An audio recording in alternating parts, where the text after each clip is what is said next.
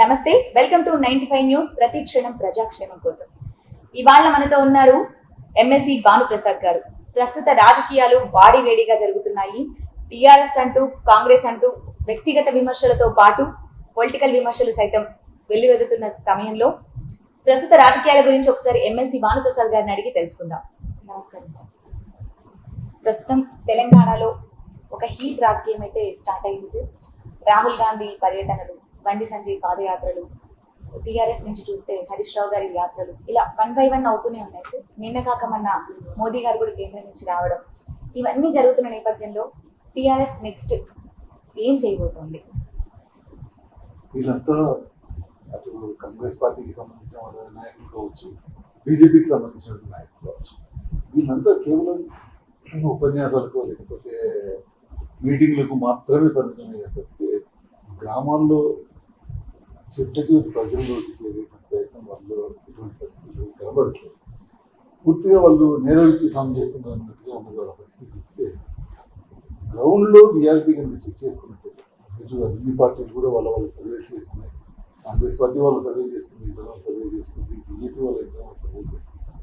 వాళ్ళకి వాస్తవాలు తెలుసు, ప్రజలు ఏమనుకుంటున్నారు, ప్రజల నాడి ఏంటి అనేటువంటి వాళ్ళందరికీ తెలుసు. ఇదంతా ముందస్తు ఎలక్షన్స్ వస్తాయి అనేసి వాళ్ళు ఇప్పుడు వాళ్ళ ప్రయత్నం అంతా కూడా వాళ్ళకి అంతర్గతంగా వాళ్ళకి తెలిసినటువంటిది ఏంటంటే, రేపు రాబోయే ఎలక్షన్స్ లో ఎట్టి పరిస్థితుల్లో టీఆర్ఎస్ పైన విజయం సాధించలేము, కానీ మన సంఖ్యను పెంచుకోవాలి అనేటువంటి ప్రయత్నంతో వాళ్ళు ఒక ప్రయత్నం చేస్తున్నటువంటి పరిస్థితి. నిజంగానే టీఆర్ఎస్ పార్టీకి ప్రత్యర్థి పోరు లేదా సార్? అంటే ఉందా? ఇప్పటికిప్పుడు ఎలక్షన్స్ పెట్టినా లేదంటే రాజకీయాల్లో అసలు పోరు లేకుండా ఉంటుందని కూడా నేను అన్నాను, కానీ పోరంటూ ఉంటుంది, ఎప్పుడైనా ఉంటుంది. అందులో ఎలక్షన్ అయిపోయేంత వరకు చివరి నిమిషం వరకు కూడా రసవత్తరంగా పోతున్నట్టుగానే కనబడుతుంది. కానీ ఫైనల్ గెలుపు అనేటువంటిది మాత్రం టీఆర్ఎస్ పార్టీ గెలుపు తథ్యం, అందులో ఎటువంటి సందేహం లేదు. భారీ మెజారిటీతో గతంలో ఏదైతే సాధించామో దానికంటే 2-3 సీట్లు ఎక్కువగా సాధించే అవకాశం ఈసారి టీఆర్ఎస్ పార్టీకి ఉంది. ఎందుకంటే దానికి కారణం ఏంటంటే, ప్రజలకు తెలంగాణ రాష్ట్రంలో ఉన్నటువంటి అన్ని వర్గాల ప్రజల హృదయాల్లో కేసీఆర్ గారు ప్రత్యేకమైనటువంటి స్థానం ఉంది. కేసీఆర్ గారు ఆ స్థానాన్ని కాపాడుకుంటూ ఉన్నారు, ప్లస్ అది కొనసాగుతూ ఉంది. తెలంగాణ ఉద్యమంలో అదే స్థానం ఉంది, తెలంగాణ ఉద్యమం తర్వాత తెలంగాణ రాష్ట్ర ఏర్పడిన తర్వాత కూడా అదే స్థానం కొనసాగుతుంది. కాబట్టి ఈరోజు కేసీఆర్ గారిని మించినటువంటి నాయకుడు ఈరోజు తెలంగాణ రాష్ట్రంలో కనబడలేదు. అంటే కంపేర్ చేసుకుంటున్నారు. కేసీఆర్ గారిని మించిన నాయకుడు లేరు అంటున్నారు కాబట్టి ఒక చిన్న క్వశ్చన్ సార్. అంటే ఇంత వ్యూహాత్మకంగా ఆలోచించే వారు కేసీఆర్ గారు నిజంగా చెప్పాలంటే అపర మేధావి అని కూడా అంటూ ఉంటారు. ఎన్నో వేల పుస్తకాలు చదివినా అంత ఇది ఉంది అనేసి. ఒక పీకే గారి దగ్గర సలహాలు తీసుకోవడం వెనుక ఉన్న ఆంతర్యం చాలా సింపుల్. ఇప్పుడు ఒక డాక్టర్ స్వయంగా ఒక పెద్ద డాక్టర్ ఇవ్వచ్చు, కానీ అతను సర్జరీ అతను చేసుకోవచ్చు. 100 మందికి సర్జరీ చేయొచ్చు, 1000 మందికి సర్జరీ చేయొచ్చు, కానీ తన సర్జరీ తను చేసుకోవచ్చు. ఎందుకంటే తను నిత్యం దాంట్లో ఇన్వాల్వ్ అయ్యి ఉంటుంది కాబట్టి తనలోని లోపాలు ఏవైతున్నాయో అవి చూసేటువంటి ప్రయత్నం తనంతట తనగా ఏ వ్యక్తి అయినా సరే, అది రాజకీయాల్లో ఉన్నటువంటి వ్యక్తి అయినా ఇతర రంగాల్లో ఉన్నటువంటి వ్యక్తి అయినా కూడా తనలో ఏమైనా తప్పులు ఉన్నాయా అనేది తెలుసుకోవాలంటే పక్క వ్యక్తి ద్వారా తెలుసుకునేటువంటి అవకాశం. కాబట్టి సిస్టంలో ఉన్నటువంటి లోపాలు కానీ వాటిలో ఉన్నటువంటి మనం ఏమైనా సరిదిద్దుకోవాల్సినటువంటి అంశాలు ఏమైనా ఉన్నాయా అనే విషయంలో కానీ వ్యూహాలు రచించడంలో కూడా మీరు చూసినట్టయితే గతంలో ఇప్పటికి కూడా మేము కేసీఆర్ గారు ఎంతసేపు ఈ రాష్ట్రంలో ఉన్నటువంటి నాయకులను ఏ విధంగా చేయాలి, ఏ రకమైనటువంటి ఆ వ్యూహాలు రచిస్తూ వచ్చారు. కానీ ఈరోజు బీజేపీకి సంబంధించి ఈ రాష్ట్ర నాయకులు వ్యూహాలు రచిస్తే కనుక అది కేసీఆర్ గారి ముందు ఏమాత్రం పడుతుంది. కానీ దేశంలో అనేక రాష్ట్రాలకు సంబంధించిన నాయకులు వచ్చి ఇక్కడ కూర్చొని వాళ్ళు ఏదో వ్యూహాలు రచిస్తున్నారు. సో వాళ్ళ ఆలోచన విధానం ఏ విధంగా ఉంది, వాళ్ళు ఏ రకమైనటువంటి స్ట్రాటజీస్ చేయబోతున్నారు అనేటువంటిది కూడా కొంత అవగాహన తీసుకోవాల్సి ఉంటుంది. అది కూడా కేసీఆర్ గారికి సంపూర్ణమైన అవగాహన ఉంది. బట్ అయినప్పటికీ కూడా పీకే గారు వివిధ రాష్ట్రాల్లో పనిచేసింది కాబట్టి ఇంకా వాళ్ళు బీజేపీని ఎదుర్కోవడంలో సమర్థవంతంగా ఏ విధంగా చేయాలి, వాళ్ళ స్ట్రాటజీస్ ఏ విధంగా ఉంటాయి అనేటువంటి తనకు సంపూర్ణమైనటువంటి అవగాహన ఉంది. కాబట్టి ఆ ప్రొఫెషనలిజంని వాడుకోవాలనేటువంటిది ఈరోజు మారుతున్నటువంటి ఇదిలో రాజకీయం అంటే ఇంతకుముందు ఏదో పూర్తిగా అది ఒక క్రీడలాగా ఉండేటువంటి ఇది నుంచి ఈరోజు క్రీడల్లో ఏ విధంగా ప్రొఫెషనలిజం పెరుగుతూ వచ్చింది, అదేవిధంగా ఈరోజు రాజకీయాల్లో కూడా ప్రొఫెషనలిజం పెరుగుతుంది. ఆ ప్రొఫెషనలిజాన్ని వాడుకుంటూ ముందుకెళ్తాం అనేటువంటి మంచి చర్యలు. ఇప్పుడు తెలంగాణ వచ్చి మనకి రేపటికి 8 సంవత్సరాలు. అంటే తెలంగాణ వచ్చింది ఏం చేసింది అని చెప్పేసి ప్రతిపక్ష పార్టీలు అంటున్నాయి. బట్ చేసిన మంచి ప్రజల్లో తెలుస్తోంది. ఇప్పటికిప్పుడు ఎలక్షన్స్ పెట్టిన టీఆర్ఎస్ వస్తుందని చెప్పేసి టీఆర్ఎస్ శ్రేణులు కూడా చాలా బలంగా చెప్తూ ఉన్నారు.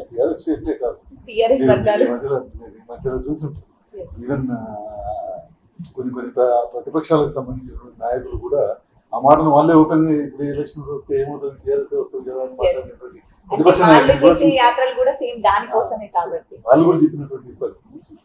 Okay sir. అయితే కొంతమంది కొన్ని చోట్ల అనేది ఏంటంటే డబుల్ బెడ్రూమ్ ఇల్లు అన్నాడు అంటే ఎన్నో పథకాలు పెట్టి ఆచరణకి సాధ్యమే కాని పథకాలు పెట్టి ప్రజల్ని మభ్య పెడుతూ ఇలాంటి పథకాలు ప్రవేశపెట్టి ఆల్రెడీ ప్రభుత్వాన్ని మొత్తం అప్పుల్లో కూర్చేశారు టీఆర్ఎస్ నుంచి కేసీఆర్ గారు అని చెప్తున్నారు. అప్పులలో కూర్చడం అనేటువంటిది అది వాస్తవం కాదు. అప్పుల్లో కూర్చడం అనేటువంటిది అప్పులు ఏ విధంగా ఉంటాయంటే ఒక రాష్ట్ర ప్రభుత్వం అప్పులు తీసుకొచ్చి దాన్ని అనవసర ఖర్చులకు కనుక ఖర్చు పెట్టినట్టయితే అది అప్పుల భారం ప్రజల మీద పడేటువంటి అవకాశం ఉంది. కానీ ఆ ప్రభుత్వం అప్పులు తీసుకొచ్చి ఒక కాళేశ్వరం లాంటి ప్రాజెక్ట్ కట్టి కోట్లాది ఎకరాలని సాగులోకి తీసుకొచ్చి అదేవిధంగా కోట్ల టన్నుల పంటని ఉత్పత్తిని ఈరోజు మనకు కనబడుతుంది. గతంలో ఉన్నటువంటి పంట ఏ విధంగా ఎంత ఉండేది, ఈ రోజు వచ్చే పంట ఎంత ఉంది అనేది కూడా మనకు స్పష్టంగా కనబడుతుంది. అదేవిధంగా ఈరోజు మిషన్ భగీరథ ద్వారా ప్రతి ఇంటికి మంచి శుద్ధమైన తాగునీరు ఇచ్చేటువంటి ప్రయత్నం దానికి ఖర్చు పెట్టడం. దానివల్ల ఈరోజు రాష్ట్రంలో కానీ దేశంలో కానీ ఎక్కడైనా కూడా ప్రజల్లో వచ్చేటువంటి అనేకమైనటువంటి వ్యాధులకు కారణాలు రెండే, మంచినీరు ఒకటి, గాలి ఒకటి. ఈ రెండింటిలో majority of the diseases are water borne diseases. అటువంటిది ఈరోజు దాన్ని కంట్రోల్ చేయడానికి ఒక మంచి శుద్ధమైన తాగునీరు ఇవ్వడానికి ఆ ప్రయత్నం రాష్ట్ర వ్యాప్తంగా చేశాం. దేశంలో ఏ రాష్ట్రంలో లేకుండా విధంగా ఈరోజు తెలంగాణలో అవుతున్నారు. ఈ విధంగా క్యాపిటల్ ఇన్వెస్ట్మెంట్స్ ని చేయడం జరిగింది. ఆ క్యాపిటల్ ఇన్వెస్ట్మెంట్స్ ఎప్పుడైతే చేసినామో ఆటోమేటిక్ గా రేపు దాని నుంచి రెవెన్యూ జనరేట్ అయ్యేటువంటి పరిస్థితి.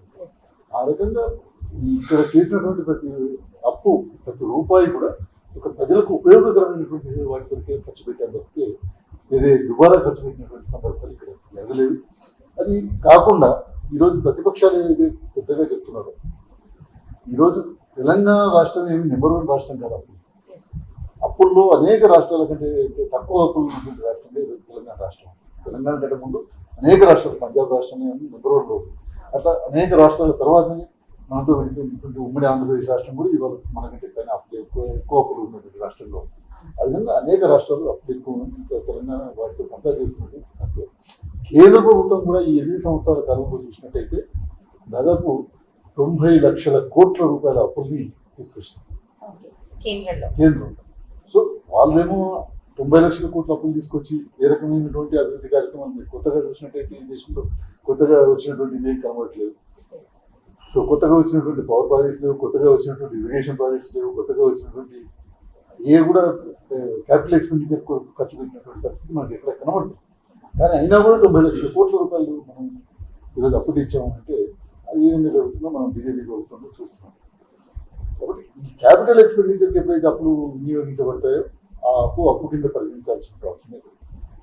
ఇప్పుడు పెరుగుతున్న రేట్స్ కేంద్రం మీద రాష్ట్రం, రాష్ట్రం మీద కేంద్రం వేసుకుంటూనే వస్తున్నారు.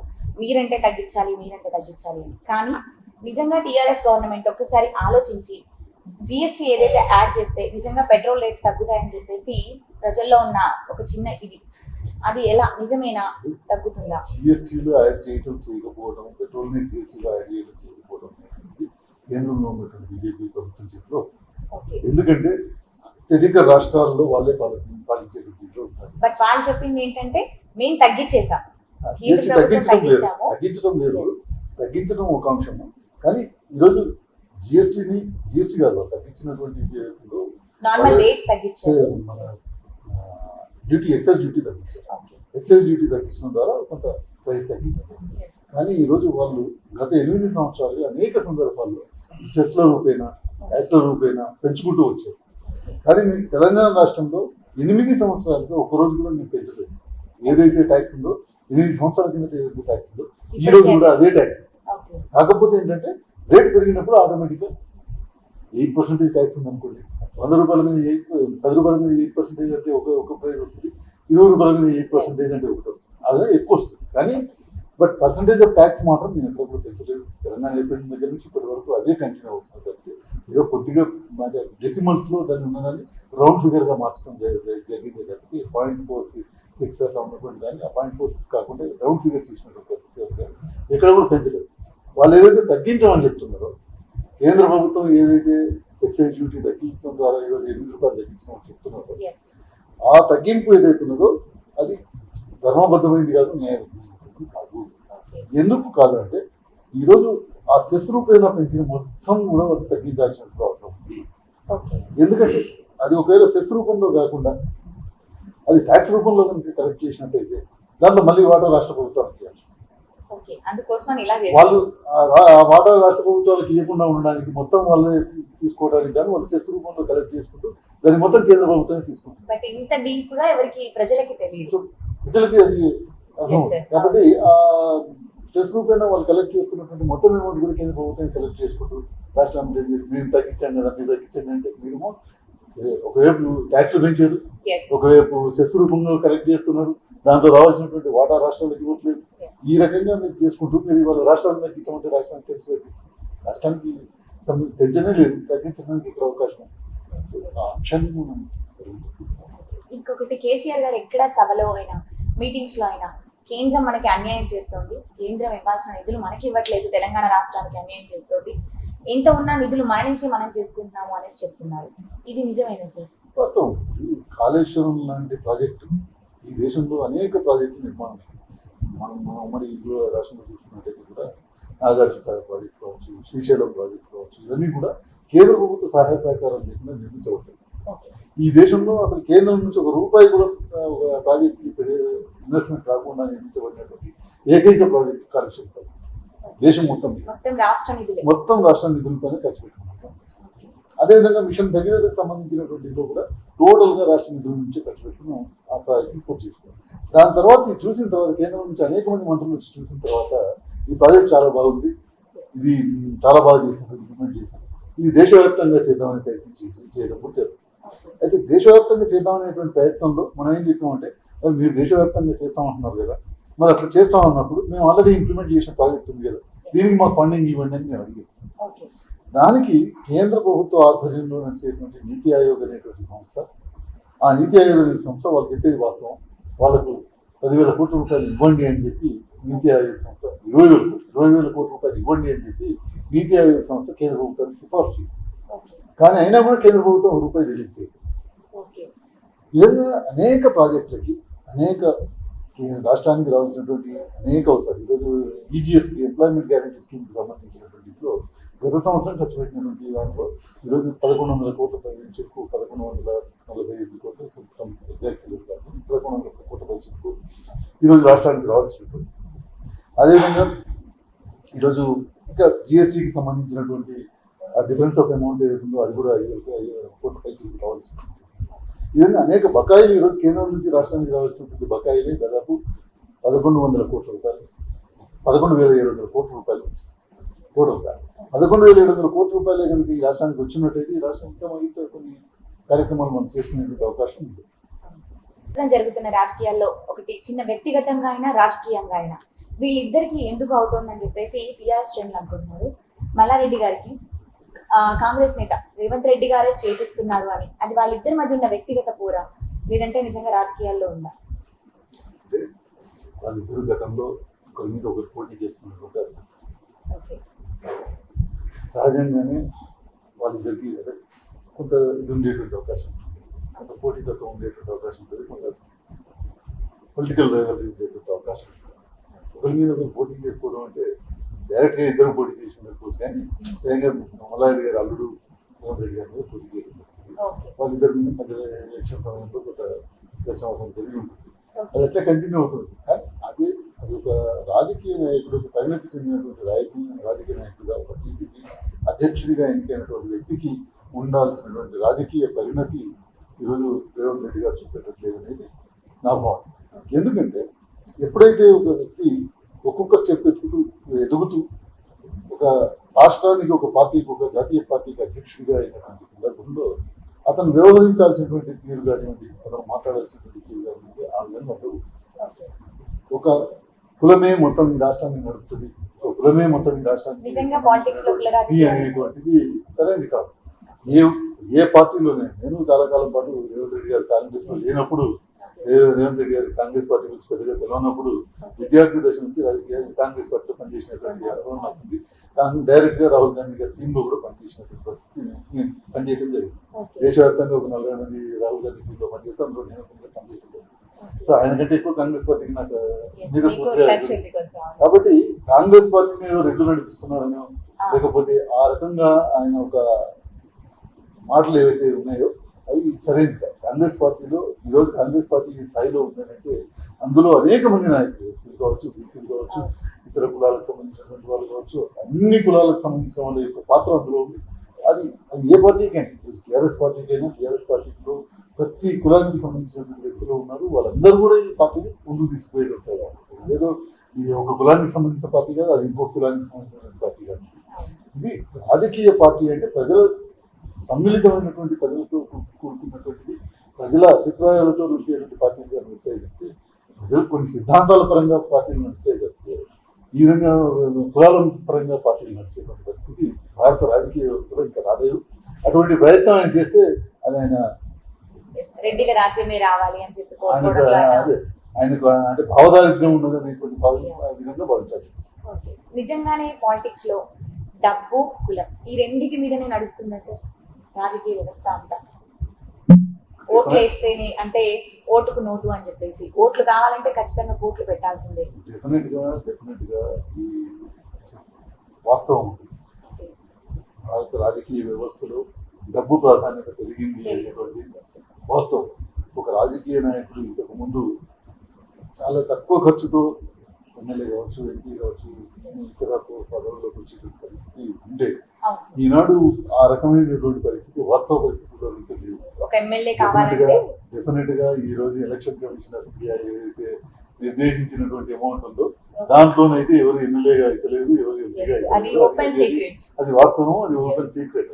అందులో పెద్దగా సీక్రెట్ ఏం లేదు, అది వాళ్ళకు తెలుసు. ఈ దేశంలో ఉన్నటువంటి 4 స్టేట్లకి అందరికీ తెలుసు, 4 స్టేట్లకు కూడా తెలిసినటువంటి వాస్తవం. అయితే కులాల ప్రాతినిధ్యం, కులాల ప్రాతిపదికన అనేటువంటిది మాత్రం పెద్దగా అది ఏదో కొన్ని సందర్భాల్లో అక్కడక్కడ పనిచేయొచ్చేమో కానీ బట్ దేశవ్యాప్తంగా కూడా తక్కువే ఉంది కులాల ప్రాధాన్యత. అందులో తెలంగాణలో పర్టికులర్గా చాలా తక్కువగా ఉంది. కులాల మధ్యలో విభేదాలు కూడా చాలా తక్కువగా ఉన్నాయి. ఈ మధ్యలో కొన్ని పార్టీలు, కొంతమంది రాజకీయ నాయకులు ఆ విభేదాలు సృష్టించేటువంటి ప్రయత్నం చేస్తున్నారు తప్పితే, లేకపోతే గతంలో ఎప్పుడు కూడా మనం ఒక విలేజ్కి వెళ్ళినట్టయితే అక్కడ అన్ని కులాల వాళ్ళు అక్క, చెల్లి, అన్న, బావ ఈ విధంగా సమర్పించుకుంటూ అంత సమ్మిళితమై ఉండేటువంటి వాతావరణం ఈరోజు తెలంగాణ గ్రామీణ వాతావరణంలో మనకు కనబడుతుంది. అటువంటి దాన్ని కొంత కన్మర్షించే ప్రయత్నం కొంత నడుస్తున్నప్పటికీ కూడా, కలుషితం చేసే ప్రయత్నం కొంత నడుస్తున్నప్పటికీ కూడా అదే పెద్ద సక్సెస్ అవుతుందని. తెలంగాణలో కేసీఆర్ వచ్చిన దగ్గర నుంచి ఇప్పటికి 8 సంవత్సరాలు కుటుంబ పాలన నడుస్తోంది అని చెప్పేసి ప్రతిపక్ష పార్టీలు అంటున్నాయి. ఇది ఎంతవరకు నిజం? ఏ ప్రతిపక్ష పార్టీలు అంటున్నాయి? కాంగ్రెస్ పార్టీ అయితే దేశం పుట్టినప్పటి నుంచి వాళ్ళు కేవలం వాళ్ళ యొక్క కుటుంబ పాలనని వాళ్ళు కొనసాగుతున్నటువంటి పరిస్థితి. ఈ రాష్ట్రంలో చూసిన అనేక మంది నాయకులు ఏదో ఒక కుటుంబం నుంచి వాళ్ళ మంది రాజకీయ కుటుంబాల నుంచి వచ్చినటువంటి వాళ్ళు. ఇది బీజేపీ అంటారు. బీజేపీ కూడా ఈరోజు అనేక మంది నాయకులు వాళ్ళ మళ్ళీ వాళ్ళ ముఖ్యమంత్రుల కొడుకులు, మళ్ళీ ఎంపీలైన వాళ్ళు, మళ్ళీ ఎమ్మెల్యేలైన వాళ్ళు, మంత్రులైన వాళ్ళు అనేక రాష్ట్రాల్లో ఉన్నారు. అయితే ఇక్కడ ఒక ముఖ్యమంత్రి కొడుకైనంత మాత్రాన, లేకపోతే ఒక రాజకీయ నాయకుడి కొడుకైనంత మాత్రాన వాళ్ళు రాజకీయాల్లోకి రావడానికి వీలు లేదు అనేటువంటి శాసనం ఎక్కడ లేదు. అల్టిమేట్ గా రాజకీయాల్లో ప్రజలే నిర్ణయిస్తారు. ఇతను పోటీ చేసినటువంటి వ్యక్తుల్లో నుంచి ఇతను పోటీ చేసి ఇతనికి ఓటు వేయాలా లేదా అనేది ప్రజలు నిర్ణయిస్తారు. అతని దగ్గర ఏదో ఒక సత్తా ఉంటేనే అతని నిజమైనటువంటి నాయకుడిగా ప్రవర్తించగలుగుతాడు, అతను నిజంగా ముందుకు తీసుకెళ్లగలుగుతాడు అనుకున్నప్పుడు మాత్రమే అతను ఓటు వేస్తాడు. లేదు కొన్ని సందర్భాల్లో ఏదో ఒక ఇందులో ఒక హైప్ లో ఒకసారి ఓటు వేయించాము, కానీ రెండోసారి ఓటు వేయచ్చు.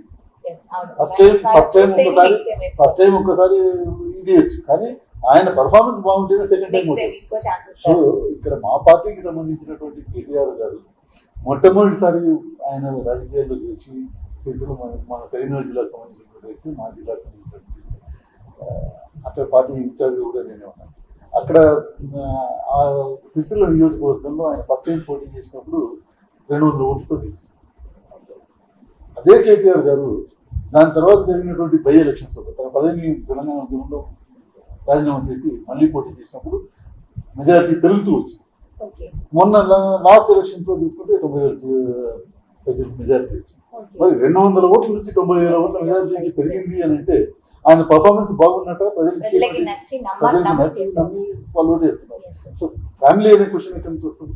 ఫ్యామిలీ అనేటువంటి కుటుంబ పాలన నడుస్తోంది అనేది కుటుంబ పాలన అనేటువంటిది ఎప్పుడైతే ఒక ఇప్పుడు చంద్రబాబు నాయుడు గారు ఉన్నారు, అక్కడ లోకేష్ గారిని తీసుకొచ్చి ఎమ్మెల్సీ చేసి అది కూడా ఒక నామినేటెడ్ ఎమ్మెల్సీగా చేసి అది దాని విషయంలో ప్రశ్నించేటువంటి అవకాశం ఉంది. కొంతవరకు అక్కడ ఏంటంటే లోకేష్ గారు కూడా ప్రజల్లో తెలిసి వచ్చి చేసినట్టయితే ఎవరు ప్రశ్నించడానికి అవకాశం ఉంది. అప్పుడు అక్కడ కుటుంబ పాలన అంటే దాంట్లో ఇప్పుడు శ్రీలంకలో ఉంది, వాళ్ళ కుటుంబానికి సంబంధించిన వాళ్ళందరినీ మంత్రులు చేసుకున్నారు అక్కడ ఉన్నటువంటి అధ్యక్షులు. అది కుటుంబ పాలన కోసం. అది ఇక్కడ ప్రజల నుంచి ఎన్నికై ప్రజలతో పూర్తి స్థాయిలో మమేకమై పనిచేస్తున్నటువంటి వ్యక్తులు కుటుంబ పాలన తీసుకోవడానికి లేదు. అండ్ కుటుంబ పాలనలో ఎవరైనా ప్రజల ఇంట్లో మనం ఇదే కుటుంబానికి సంబంధించిన వాళ్ళు కొంతమంది ప్రజల మళ్ళీ ఓటు వేయకపోవచ్చు. అది వాళ్ళ యొక్క వ్యక్తిగతమైన ఇది ప్రకారంగా ఉంటుంది, ప్రజల యొక్క ఇది ప్రకారం డిసిషన్ ప్రకారంగా ఉంటుంది తప్పితే దానికి పెద్దగా కుటుంబ పాలన అనేటువంటి పదాలు కేవలం అది ఒక భాషా ప్రయోగంగానే మనం చూడాలి తప్పితే అది ప్రజల్లో చేసి.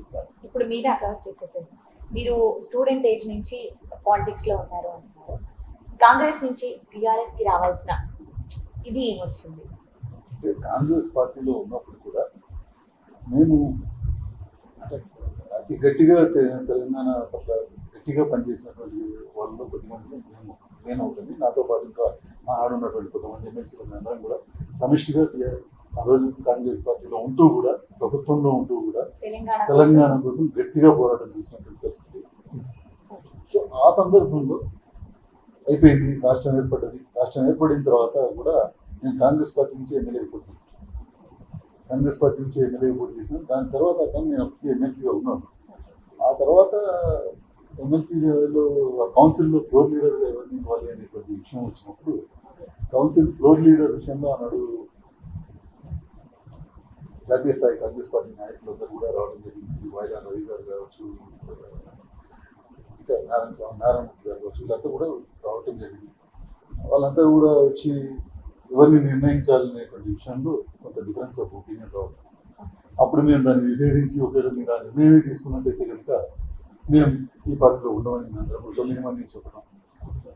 ఆ విధంగా ఒక పర్టికులర్ ఇష్యూ మీద విభేదించి మేము పార్టీ నుంచి బయటకు వచ్చామంటే ఆ పర్టికులర్ ఇష్యూలో ఈరోజు ఆపోజిషన్ లీడర్గా ఉండాలి అంటే కొన్ని మళ్ళీ మీరు ఏదో 70 ఏళ్ళు 80 ఏళ్ళు ఉన్న వాళ్ళని తీసుకొచ్చి ఆపోజిషన్ లీడర్ చేసినట్టయితే ఆ పాత్ర పోషించలేరు, మేమందరం కూడా డబ్బిలం అయిపోతాం. అట్లా కాదు, మేము ఈరోజు తెలంగాణ సాధించుకున్నాం, తెచ్చాము, ఈరోజు ప్రతిపక్ష పాత్రలో ఉన్నాం.